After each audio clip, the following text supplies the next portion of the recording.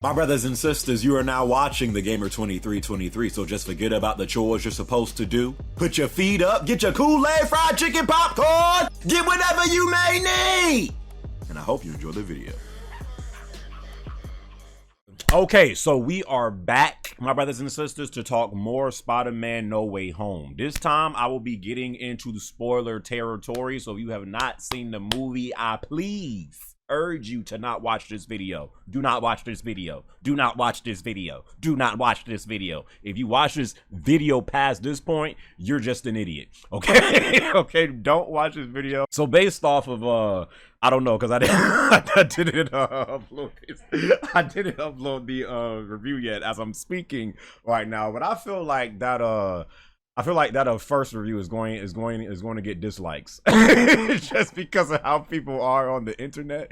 But yeah. So based off of you know, that review and how I felt about the movie, pretty much what I said in that review is, though the movie was good and I don't regret seeing the movie at all, do I think it's this like greatest Marvel film ever and 10 out of 10 or the best Spider-Man movie ever made, like some people are saying? Absolutely not.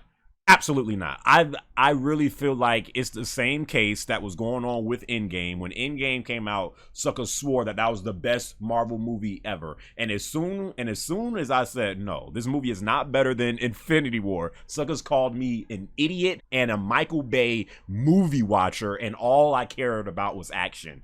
I'm like, no, that is not why I think Infinity War is better than Endgame. A few months later, these suckers were singing the same tune that I was singing when I said what I felt like for Endgame. So I think it's kind of the same thing going on. There's a lot of hype, a lot of craze going on for this movie right now. It's the hot thing going on. It's trending. So people just, feel like they have to just talk great about the movie.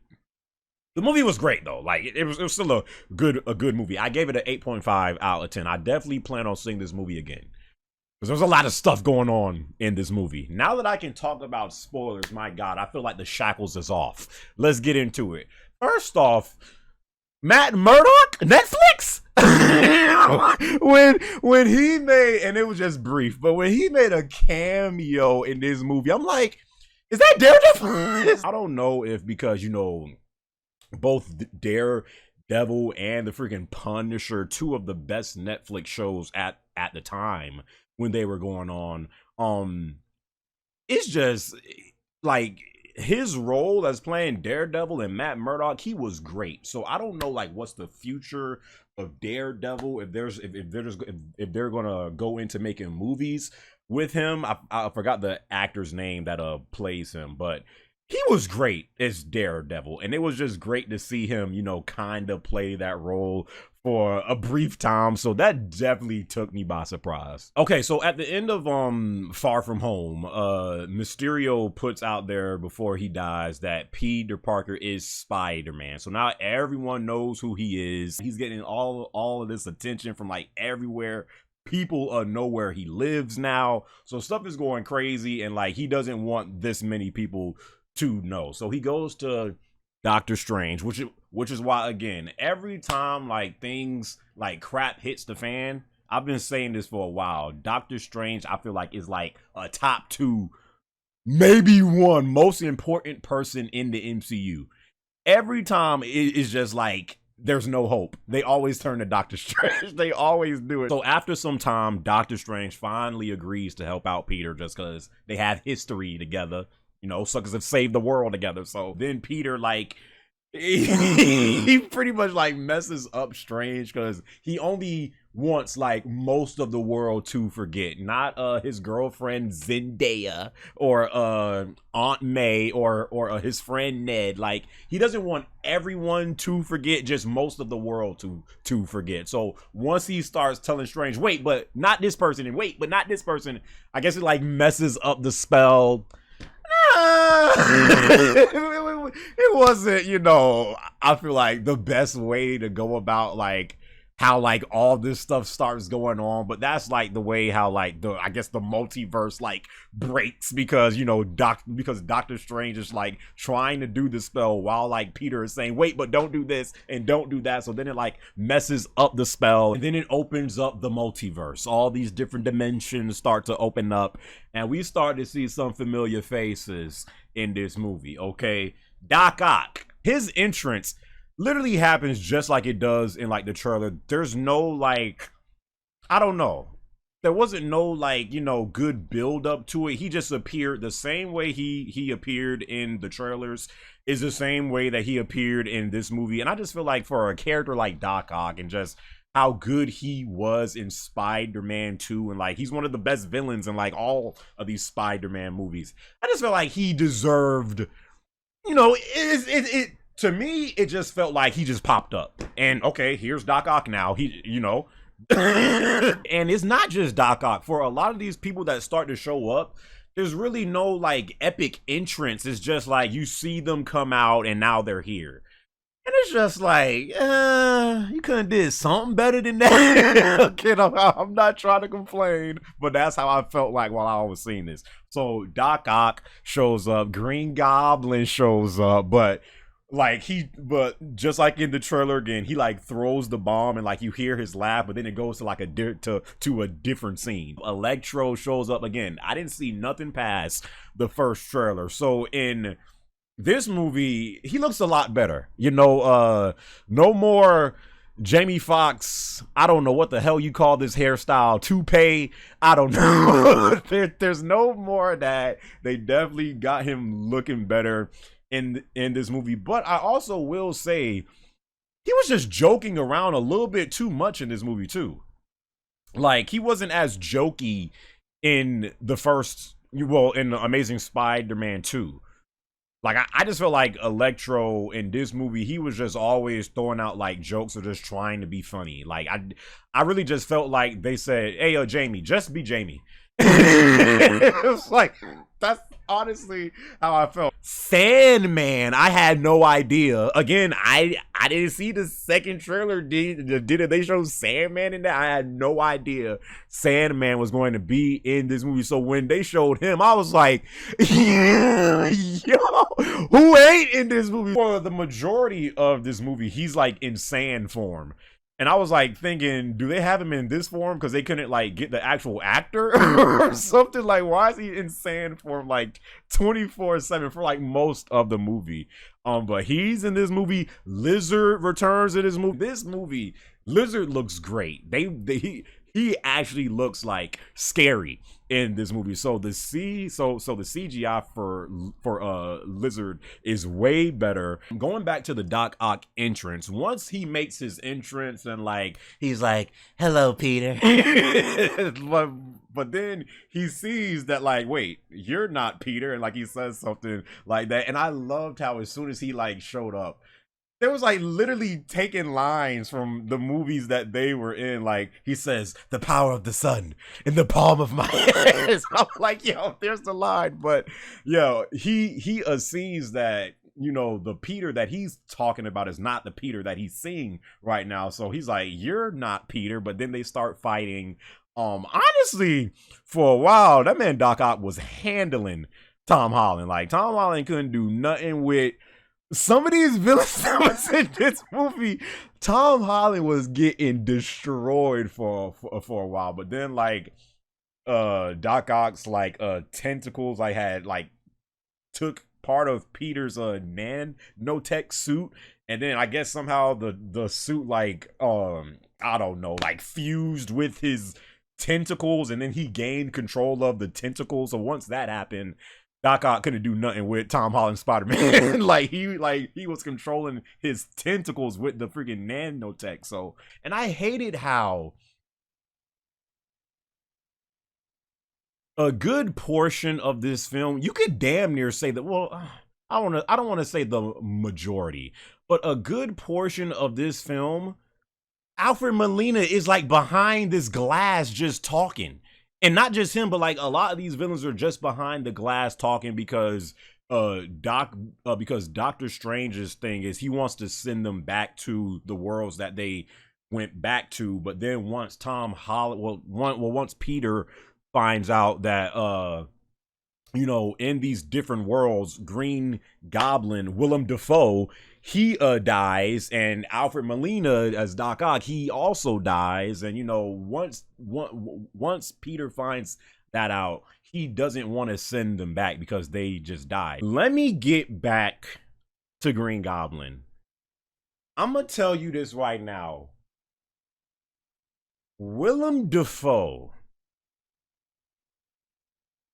bro, this guy's acting is just, bro, this man gets better with age, I feel like. I don't know if this was just me. I feel like Willem Dafoe's Green Goblin in this movie was better than Green Goblin in Spider-Man 1. Was I the only person that felt like that? Willem Dafoe's Green Goblin in No Way Home felt unpredictable, dark, scary. Like, you didn't know what this dude was gonna do next. Cause like, and I loved how in this one, and you did see it in like the previous, Toby films, to where, he kind of has like this split persona to where like he's the nice Norman, saying, I'm something of a scientist myself. He actually says that in the movie. He's like, I'm something of a scientist myself. So I love how they was taking like little lines from their movies that, they said that kind of became a meme. And they said it in this movie. His split persona between Norman and the Goblin seemed even more dangerous. Like, this Willem Dafoe in this movie is terrifying. Like, I did not expect that. Oh my God, when he was fighting Tom Holland. Oh my God. Willem Dafoe's Green Goblin was destroying Tom Holland. Tom Holland couldn't do nothing with this dude. And I'm like, damn. Like, he got on top of him. Tom Holland, he got on top of him, and he was like punching him. He just kept on punching and punching, and Willem Dafoe just like looked up and just gave this like evil, laugh. Like, I was like, oh, bro, this guy. I was going crazy. He was hands down the star of this movie. Willem Dafoe's Green Goblin in this movie, with the screen time that they gave him, and he had less screen time really in this movie than he had in Spider-Man 1. But every time this dude was on the screen, bro, I don't know how they managed to do it. Green Goblin was better. Willem Dafoe's Green Goblin in this movie was better than Spider-Man 1. I could not believe it. Let's get into the main two. Andrew Garfield, Tobey Maguire, they are in this movie. They're in it. They are in this movie indeed. And again, at this point, with all the hype and expectations and craze that was revolving around this movie, anything less than having them in this movie would have made this movie a failure. Let's be real. Once, and I think at this point, like, Ned has one of the rings or something like that, so now he can, like, open up portals. So, like, he opens up a portal, and, like, you see Spider-Man in, like, a dark alley, because they was, like, looking for him, because in that same scene, Willem Dafoe kills Aunt May. Kind of the same way, which I was confused at first. Like, wait, what? The same way that Green Goblin died in Spider-Man 1 and got impaled by his glider. That's kind of the same way Aunt May dies in this movie. But when it vividly looked like she got hit by the glider, for a while she was just like walking around, and it seemed like she was okay. And even people in like the theaters was like, wait, what?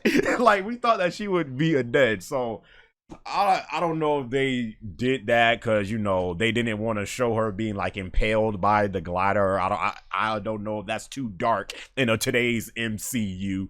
I don't know, but yeah, she dies in this movie, and I was like, I mean, I didn't really care because Aunt May in these films, she doesn't really hold the same weight as my Aunt May that I'm used to. But yeah, she dies. Honestly, Tom Holland was messing up a lot in this movie. Ned like opens up the portal, and you see like the Spider-Man in like a dark alley, and in comes, but you know, as soon as you see this Spider-Man that is not Tom Holland's, takes off the mask, Andrew Garfield. I'm gonna tell you this right now. I don't know if it's just my theater. When Andrew Garfield took off his mask, these suckers was more loud for Andrew Garfield than Toby. I was like, who are you people? Like, I swear, I think the applause for Andrew Garfield coming on screen, at least in my theater, was more loud than Toby when he shows up. And I'm like, the disrespect. I just couldn't believe it, bro. Y'all let me know. In y'all theaters, was the applause more loud for Andrew or was it more loud for Toby? I think one thing though is when Toby showed up on screen, he just shows up in like freaking street clothes. Like, this dude was in no suit. It was like they freaking saw Toby like sitting in a Starbucks. It was like, Toby, we need you real quick. Look at this game in street clothes. So maybe that's why the applause was more loud. But yeah, man, it was so good to see both of them on a screen again. Yes, even Andrew Garfield, because again, I don't blame those two movies that he had on him. It was more so the script just sucked. Because I just recently watched those movies. Those Andrew Garfield movies are worse than I remember them being, and I don't really think it's him. It's just the script just sucks, you know. But I was geeking. I was definitely geeking. I was definitely like at the screen, like. So yeah, that scene right there where they like both finally come into the picture, which was like the big moment, like the first like huge moment. That was great. The roof scene to where they was trying to look for the now Spider-Man, which is Tom. You know, he was on they were trying to find out where he was because Aunt May died. So right now Tom is going through like a lot of different emotions and stuff. Tom is saying like, you don't know what I'm going through right now, and Andrew Garfield says, I lost Gwen, and then Toby says he lost Uncle Ben. So they're trying to explain to him how they've each all been through their own different types of loss, but it's how you deal with it and how you still rise to the occasion, because people need to be saved right now. This is not the time to like just close down and just, you know, feel bad about the situation. Like, he still has things to do, you know. So they're trying to have like this pep talk with little old Tom. You know, and that was definitely a great moment. Again, just for me, like, when Toby was on the screen, I don't know if it was just me, like I couldn't look at nobody else. I was just always like, man, look at Toby, man. So inspirational. One scene that I loved is how when all three Spider-Mans was on the screen and they were like just talking about their days as Spider-Man and stuff, Andrew Garfield and Tom Holland got web shooters. Toby never had to do it. Toby never had to deal with stuff like that. So they begin to ask Toby like, where are you shooting your webs from? And Toby's just like, all from the wrist or something like that, he says. But I thought that was so cool how, like, you know, they just didn't give like, you know, Toby like web shoot. Like, no, because Toby at his time, they didn't have like all like this tech stuff going on. And yeah, it wasn't the most realistic thing how he just shoots webs from like his wrists, whatever, but that's just what it was back then. I love how they actually like gave attention to that. Going back to Willem Dafoe for a second, and as great as he was as Green Goblin in this movie, and I think that's why once this movie ended, I don't know, I just felt like I needed more. I get you have to have like one main villain for the movie. You can't just have like a bunch of villains just trying to kill Spider-Man, stuff like that. But this is Tom's movie. I get that. Like, I did not want them to just be like, I'm sorry, Tom. These suckers are now the star of the show. Trust me, I get that. But at the same time, outside of their entrance and maybe like, you know, the talk amongst the three, the same feelings you get when you was watching Willem Dafoe on screen in like epic moments, you didn't really feel like that. At least I didn't feel like that with Toby or Andrew Garfield. Andrew Garfield did have one great moment to where it was kind of like, and someone in my theater freaking screamed out redemption as soon as Tom was trying to save Zendaya because she was falling out to die, but then a freaking goblin had came through and had pushed Tom to the side, so it looked like Zendaya was about to die, but then Andrew Garfield's Spider-Man comes through and he catches her before she falls. So it was kind of like going back to when Gwen Stacy died, head bounced off the concrete. He couldn't save her. In this one, he got redemption and saves Zendaya. So I like how they gave Andrew Garfield that moment. Toby didn't really have no. I don't know if it's just me that feels like this. Toby didn't really have like no, standalone moments to where it was like, yes, this is what I've been missing from Toby. He was always included in things, but he was just like there, like, just doing his part. I'm like, no. I'm like, no, I need Toby right now to do something. Like he didn't have no moments like, well, he had a brief moment with Doc Ock, very brief moment of them just like acknowledging each other, but he didn't really have, I mean, he gets stabbed by Green Goblin, towards the end where like he's trying to stop Tom from trying to kill Goblin. That freaking fight scene again with Tom and Goblin, like Tom was Tom was trying to kill Willem Dafoe's Goblin, and I love that. I think that is one of my main issues with this movie. The only person of the old cast returning that I truly felt like got their just due was Willem Dafoe. Like, I really felt like he shined in this movie. Andrew and Toby just kind of felt like, okay, we know you guys want these two to return. Here they are. We've done our job. It's just like, no. The same way, I don't know. I just felt like the impact that Willem Dafoe had in this movie, Toby didn't have that. Andrew Garfield didn't have that. Alfred Molina didn't have that. And I don't know if, it's just the acting. Especially Toby, man. I don't know. Maybe Willem Dafoe was just so great in this movie that like Alfred Molina and Andrew Garfield and freaking Tobey Maguire just couldn't, compete with that. I don't know, but that is why I said I felt like I needed more. Cause yes, Toby is in this movie. The biggest thing that I wanted to see happen. Yes, Toby is actually in this movie. You get to see him replaying that role as Spider-Man. Yes, Andrew Garfield returns in this movie. Alfred Molina, Willem Dafoe, freaking Jamie Foxx, Sandman, Lizard. You get to see these people come back in this movie with a new plot. And Tom Holland, he's still clearly the star of this show. There's a lot of stuff going on with Tom. I actually feel like this might be Tom's best performance as Spider-Man. Maybe. I just felt like they were just kind of like playing a tamed, I'ma just do my part type thing.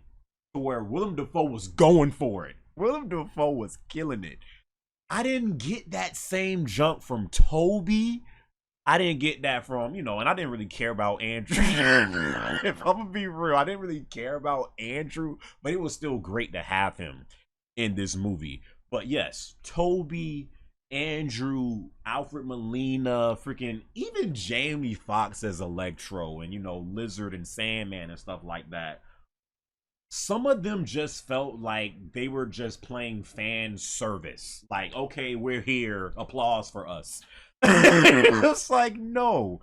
Yes, that was the main thing. We wanted them to be in these movies, and they were. But at the same time, we needed moments from them, and we got some moments, with the three Spider-Mans. on screen, and you know, their entrances in the movie. I remember when they were first beginning to a fight with all three Spider-Mans, and then like all three of them was like next to each other in like a different stance. My theater was freaking went nuts. So they had moments like that, but I'm talking about like solo like moments with Toby, with Andrew, with Alfred Molina. You didn't really get that. It was just like they were playing like just a tamed version. Like, okay, I'm gonna just do my a part. Hi guys, I'm here. No, no. The Doctor Strange versus Tom Holland Spider-Man fight. The end credits with Tom. I that's another thing. I thought Venom was actually going to be in this movie at like some point, because at the end of that trash Venom 2, they like showed, you know, an end credits with him talking about Spider-Man. So I thought somehow, some way Venom was gonna like play a role in this movie. He wasn't even in the movie, but they show an end credit scene with Tom Hardy, and he's like talking about something, you know. Whatever. I wasn't even really paying attention. But yeah, so that kind of confused me a little bit, because I thought Venom was gonna play like some type of role, but he wasn't in this movie at all. And then for the smart suckers that stayed after the first end credits, they show another end credits for that Doctor Strange multiverse movie. And yeah, I'm gonna definitely be looking forward to seeing that as well. Yeah, I cannot wait for that Doctor Strange movie. Definitely going to be seeing that. But yeah, I mean, that's really how I felt and why I felt like that for Spider-Man No Way Home. Again, this movie is still really enjoyable to watch. I'm definitely going to see this movie again, just because I just feel like I have to. I feel like I have to see this movie again, so I will be doing that. But yeah, let me know if you guys kind of felt the same way that I felt. Like, you got everything that, you know, people wanted in this movie, that people were asking for to see in this movie. But still, in all, when the movie was over, as good as it was, you felt like something wasn't completely satisfied within you. Not every craving got satisfied with this movie from what you wanted to see in this movie. And I felt like that's why it was. You guys let me know if I'm crazy, if I'm tripping. You know, I don't know, because I really feel like right now I am on a lone island. Because most people that I've heard, you know, and watched reviews from and read comments, it seems like everybody, like, they got everything they wanted from this movie and more. And meanwhile, I'm here like, I mean, yes, it was great that they were in this movie, but but yeah, y'all let me know how y'all felt about the movie. Do you think it was one of the best Marvel movies ever made? Do you feel like it's the best Spider-Man movie ever? Leave all those thoughts in the comment section below. Hope you guys enjoyed the video, and until the next video, my brothers and sisters, I catch y'all boys in my next one. All right.